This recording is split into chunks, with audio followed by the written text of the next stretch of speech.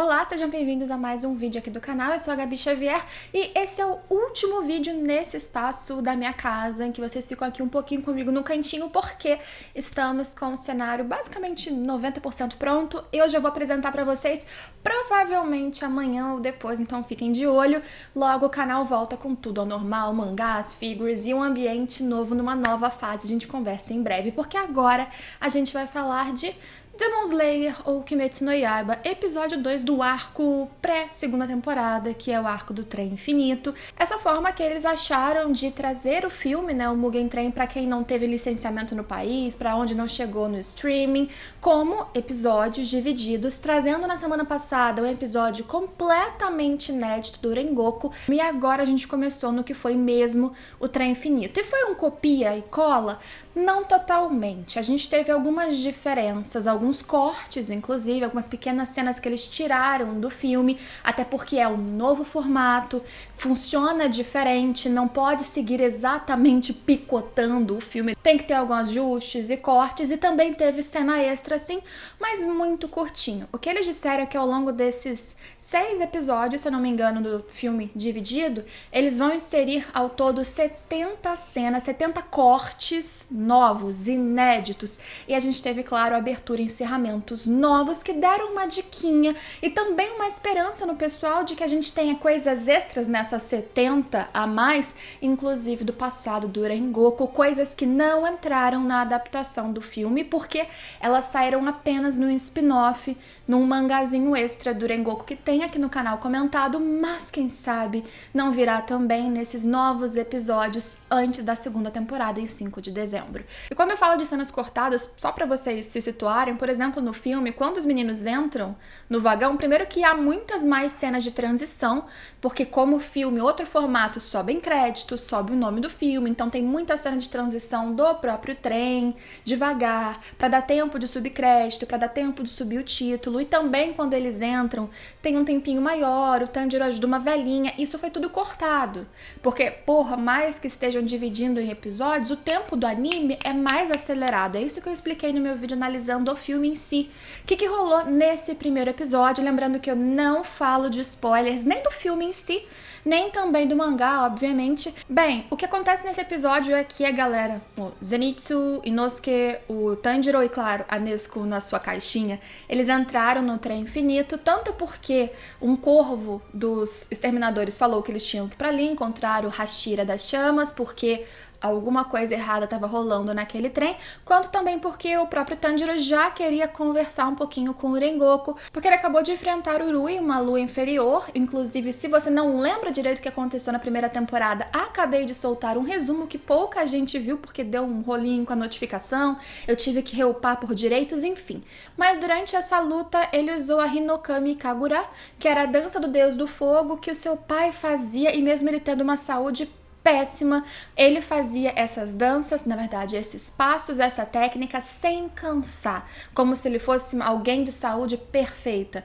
E do nada, durante a luta, ele lembrou daquilo, usou aquela técnica, que é Deus do Fogo, então ele achou que poderia ter alguma coisa a ver com técnica de respiração das chamas, e aquilo deu uma sobrevida também para o Tanjiro, que também estava quase acabado. Será que o Rengoku teria alguma pista sobre essa coisa que o pai dele ensinava? Eles encontram o Rengoku, e uma coisa que eu achei diferente, eu até assisti, caso vocês queiram, por curiosidade, saber 2 vezes o episódio antes de gravar e reassistir o começo do filme, me deu a impressão de quando eles entram ali no vagão do Rengoku, ele fala umai, umai, umai, delicioso várias vezes. O primeiro umai tem um impacto muito maior nos meninos, né?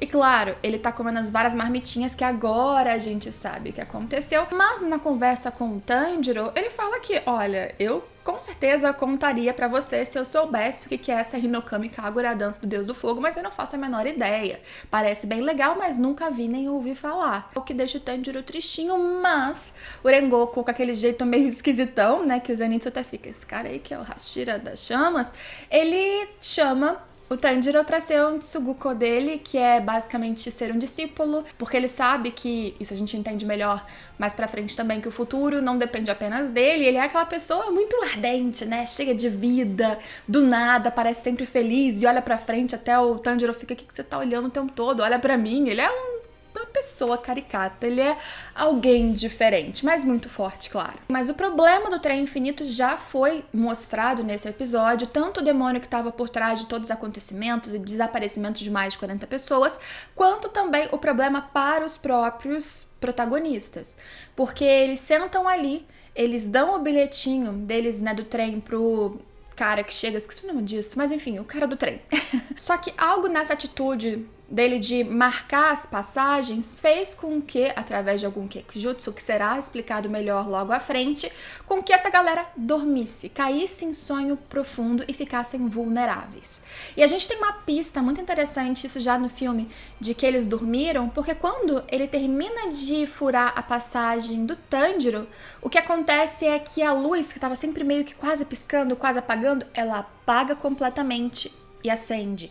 Ao mesmo tempo que a gente vê o Rengoku de olho fechado, abrindo o olho. O que faz uma clara metáfora, associação de que apagou e acordou numa nova realidade. Tudo que a gente tá vendo depois que a luz apagou 100% era mentira. Só que primeiro surge um demonhão ali, que o Rengoku aparentemente sentiu a presença, ele luta, é uma cena linda. Ele vai e usa a sua técnica da respiração das chamas, aquela animação que tá brilhante desde o filme, dá gosto de ver, funciona muito bem, obviamente, também nesse formato divididinho de anime. Ele vence o primeiro demônio, ele salva as pessoas que estão ali, ele inclusive deixa o pessoal indo pro fundo do vagão para ficarem lá enquanto ele vai derrotar outro demônio que também existe mais à frente.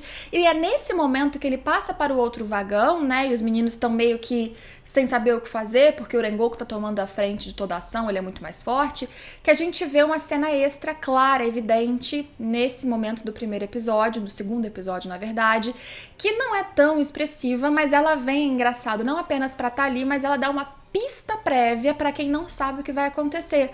Porque o pessoal que teoricamente fugiu pro fundo do vagão, enquanto o Rengoku e os outros seguiam para enfrentar o próximo demônio, eles ficaram parados, imóveis, sem se mexer.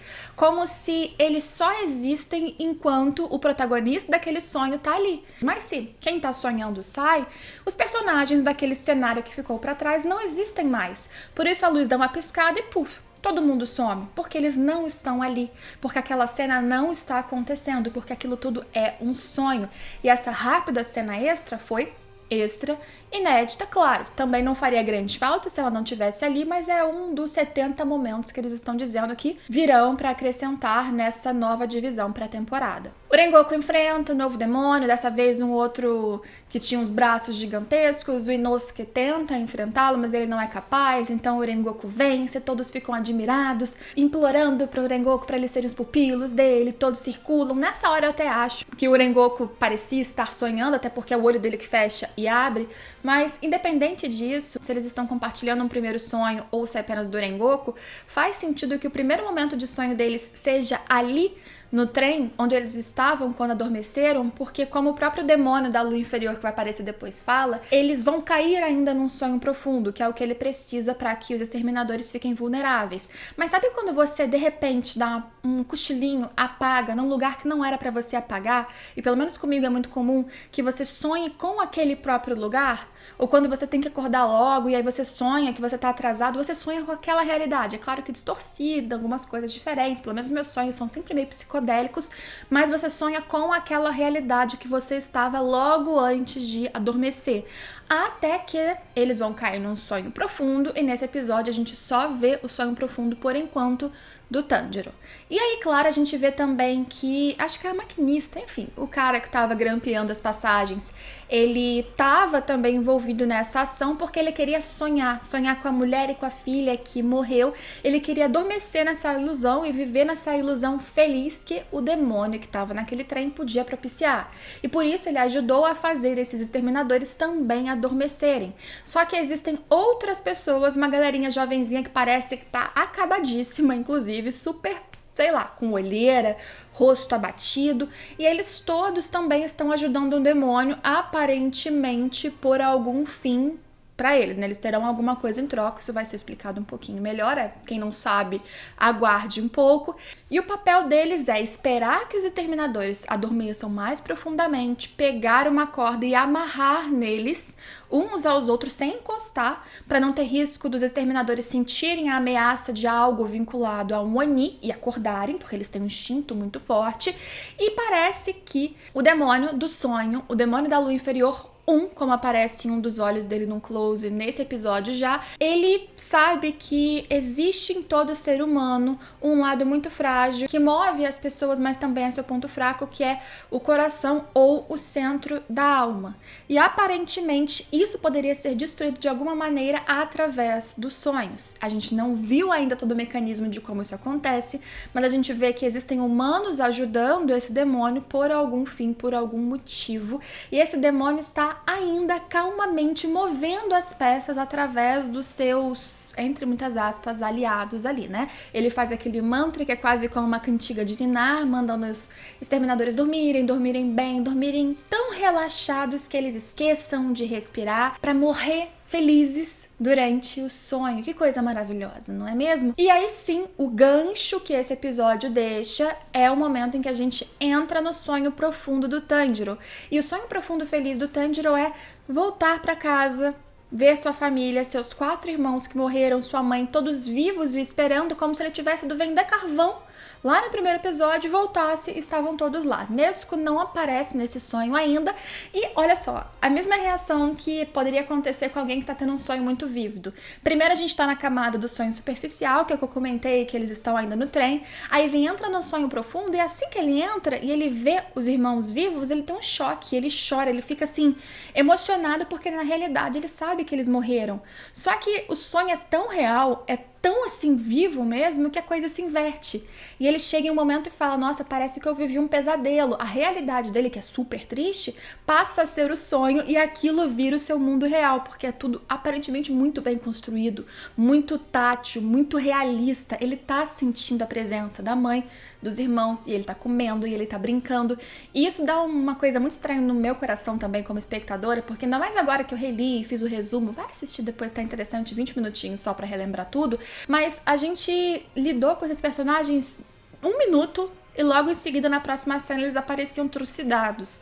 E agora a gente tem esse fanservice junto com o Tanjiro, da gente ver como seria a relação dos irmãos, da mãe, como existia carinho naquela família, e todos são mini Tanjiros, assim, são mini camados, todos muito parecidos, e tem muito amor, tem muita fraternidade. Nunca pôde acontecer na nossa frente, porque eles foram mortos de uma forma horrorosa, né, muito brutal. E ali fica muito claro que as pessoas que entram nesses sonhos felizes, pra elas é muito mais confortável ficar ali, porque ali tem felicidade, ali as coisas estão muito bem. Como será que estão também os outros exterminadores? Porque o Tanjiro, como também temos a associação até metafórica, ele tá cada vez mais afundando nesse oceano, nessa água, nas profundidades de um sonho que, apesar de feliz, pode levá-lo a um pesadelo. Parece que ele pode ser morto lá dentro. Ah, não sei se vocês repararam, mas é super simbólico que quando ele vê a família, ele larga a espada no chão, na neve, e deixa pra lá e não pega de volta. Como eu disse, é como se ele abandonasse a realidade dele e abraçasse aquele sonho que é muito mais confortável. Ele não precisa lutar com o Oniz, ele não precisa dar Nichirin dele, a espada, não precisa de nada. Ele precisa abraçar a família, pegar o carvãozinho, como ele tá fazendo, e vender. A cena final do episódio também me pareceu uma cena extra, simplesmente uma transição do trem. Eu não tenho certeza se eles reaproveitaram algum take, que várias dessas transições de trem foram excluídas também, como eu disse, porque não precisava, não tinha crédito como o filme e tal, mas eu acho que a cena final que fecha o episódio fazendo uma transição, ela foi um extra só pra não terminar o episódio do nada, né, cortou. Não, o trem tá andando, a coisa tá indo e fica o resto pro próximo episódio. Agora vamos comentar as fofocas Taisho, né, aquelas ceninhas engraçadinhas do final do episódio, que na verdade fazem um mix de curiosidades e situam a gente no que tá acontecendo, e também, óbvio, abertura e encerramento, e o que eles podem, para além da qualidade incrível das músicas, mostrar pra gente sobre cenas extras e detalhes a mais nessa divisão de Mugen Train. vamos lá, nos extras, na fofoca Taisho da coisa, só explicou o que tá acontecendo. De interessante, só tem o Tanjiro falando que dizem que ninguém é Tsuguko do Rengoku, né, discípulo dele, porque ele é muito rígido. Mas a abertura e encerramento a gente teve na abertura, lisa, e uma abertura muito boa que aproveita muitas cenas já de Mugen Train, dão alguns spoilers até pra quem não sabe absolutamente nada do que acontece no filme, o que eu acho difícil. Aparece um tal demônio, coisas que ainda serão ditas só pro finalzinho do arco do trem mesmo, e tem uma montagem, uma edição muito bonita, a música é incrível. Eu acho que mais uma vez eles conseguiram uma abertura que tem a cara de Kimetsu e que tem umas subidas muito boas, a harmonia da música é muito emocionante. Então você já abre os episódios sentindo aquela emoção. A gente já tem na abertura algumas cenas também da família do Rengoku, mas me parece que são mais coisas que são mesmo do arco do trem infinito. Já o encerramento, que é o Shirogane, né, outra música, ela também é muito bonita e a gente tem algumas cenas diferentes, porque a gente tem uma montagem que aparece como se fossem fotos antigas, tanto da família Kamado quanto da família Rengoku, e aí sim, tem algumas cenas, alguns takes também da mãe do Rengoku, do pai, com os Rengoku bebê e criança, que não me parecem cenas que tinham no trem infinito. Então eu acho que eles podem estar pensando em algumas dessas cenas extras quando a gente for lidar com flashbacks do Rengoku, porque esse momento vai chegar no filme, quer dizer, nos episódios que dividem o filme. Talvez eles acrescentem alguns detalhes a mais da relação com o pai, com a mãe, com o irmão, com o passado dele antes de ser um exterminador ou no começo dessa jornada. E isso, se acontecer, vai agregar muito de novo, assim como o primeiro episódio já agregou também, na construção desse personagem que tem foco total nesse arco e que pra muitos passou rápido demais, nem me apeguei, nem ligo pra ele. Seria muito bom a gente tanto ver o que foi o spin-off animado, né, um fanservice pra quem já leu, pra quem gosta, quanto pra narrativa. Eu tô curtindo esse momento de relembrar o arco do Trem Infinito, mais uma vez, reassistir. Fico feliz que não seja cortes secos, eles estão fazendo algumas adaptações, não só as inclusões, mas estão tirando cortes, estão deixando a coisa com o ritmo que um episódio de anime precisa ser. Fora que, poxa, arco bonito, cenas incríveis, animação perfeita, assim, esse lado, trilha maravilhosa, o lado técnico de Kimetsu que é impecável, basicamente, sempre enche os olhos, os ouvidos, o coração e deixa a gente feliz em qualquer momento que a gente senta pra assistir. Me conta o que você tá achando, o que você achou de abertura e encerramento, e se você notou essas mínimas ceninhas extras ou coisas que foram cortadas e o que você tá achando disso, e acha que vai ter detalhes a mais da família Rengoku, comenta aqui embaixo. Espero vocês em todos os próximos vídeos, lembrando que pelo menos domingo a gente sempre fala de Kimetsu também, e semana que vem a gente tem lançamento de estampas exclusivas deste anime pra quem gosta. Então me acompanha e visita depois loja.com.br/Gabi-Xavier pra ver todas as outras estampas da coleção, inclusive já tem de Kimetsu no Yaiba. Espero vocês, gente. Tchau, tchau!